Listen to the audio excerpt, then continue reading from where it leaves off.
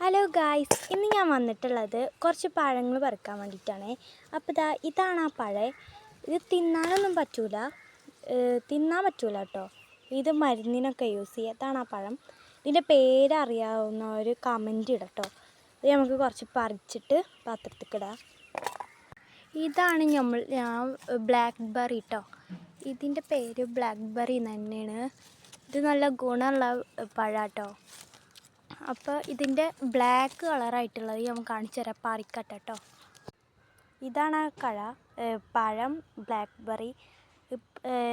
പേരിൻ്റെ പോലെ തന്നെ ഇത് ബ്ലാക്ക് കളറായിട്ടുള്ള കേട്ടോ. ഇതാണ് നമ്മളെ മലപ്പുറത്തെ അടക്കാപ്പഴം കേട്ടോ. ഉണ്ടോ, ഇത് പാകമായിട്ടില്ല. ഇതാണ് മലപ്പുറം പപ്പായ കേട്ടോ. ഇതിന്മേൽക്കൂടെ എൻ്റെ അനിയനും അനിയത്തിയും കൂടി ഈ വരഞ്ഞ് കറെടുത്തതിൻ്റെ അടയാളമാണ്. ഇതാണ് മലപ്പുറം പപ്പായ കേട്ടോ.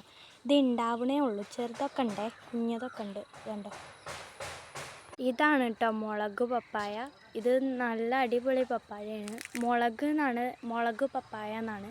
ഇത് നീണ്ടിട്ട് വണ്ണമില്ലാത്ത പപ്പായ കേട്ടോ. ഇതിന്മേൽ കുറച്ച് പൂക്കളേ ഉള്ളൂ, ആകെ ഒരു ഇതേ ഉണ്ടായിട്ടുള്ളൂ കേട്ടോ. ആദ്യത്തെ ഇതാണ് നമ്മളെ നീളം പയർ, പാമ്പ് പയർ. ഇതാണ് കേട്ടോ, നല്ല വലിയ പയറാണ്.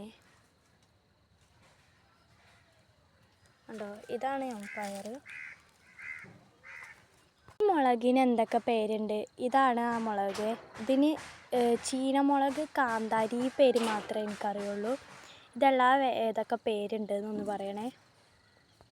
ഇത് കടമുളകാണ്. കടയിലൊക്കെ ഉണ്ടാവുന്ന മുളകാണ്. നീളമുളക്, തടിമുളക് എന്നൊക്കെ പറയും. ഇതാണ് നീളൻ കയ്പങ്ങ കേട്ടോ.